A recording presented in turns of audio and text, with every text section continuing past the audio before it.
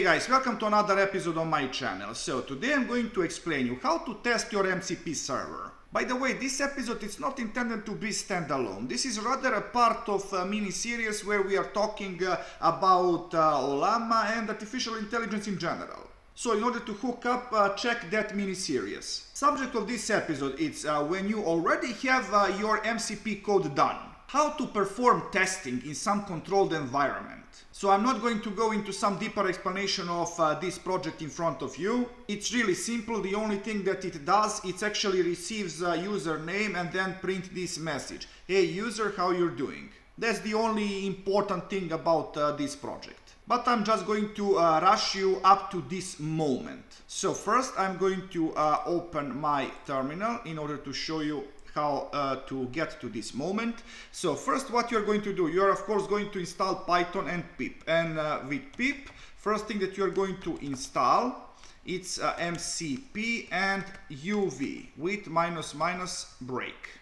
Alright, when that is done, use UV to initialize project, and I'm going to add some name. This command is going to create your MCP project. Basically you are going to get one directory with some name and with bunch of files in it. Among them is going to be main.py, where you are going to put code that is going to be executed. And when that is done, you are going to use UV again to add a dependency with command UV add MCP. Maybe even some other dependencies if you need them.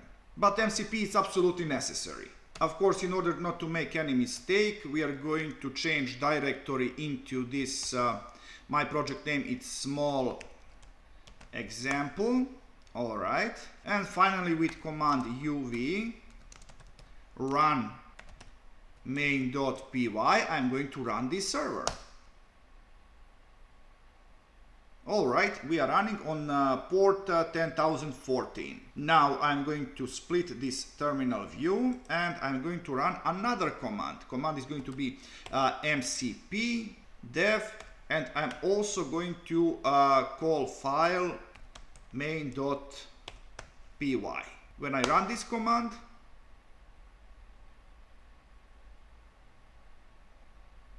my MCP inspector has started. And now first make sure that all of these options are properly selected. So I'm using server-side events, so SSE it's selected. We are using port 10,014 with SSE.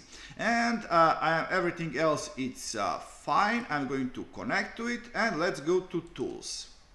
First, what we are going to do, I'm going to list my tools, and you can see that I have my tool get message. I'm going to test it now. I'm just going to select it, and what we have to provide, username, let's say Alex, and I'm going to run this tool.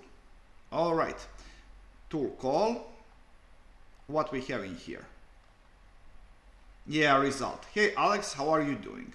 So guys, that's all for this episode. Thank you for watching. I hope that you learned something new and interesting. So please like, subscribe, and see ya!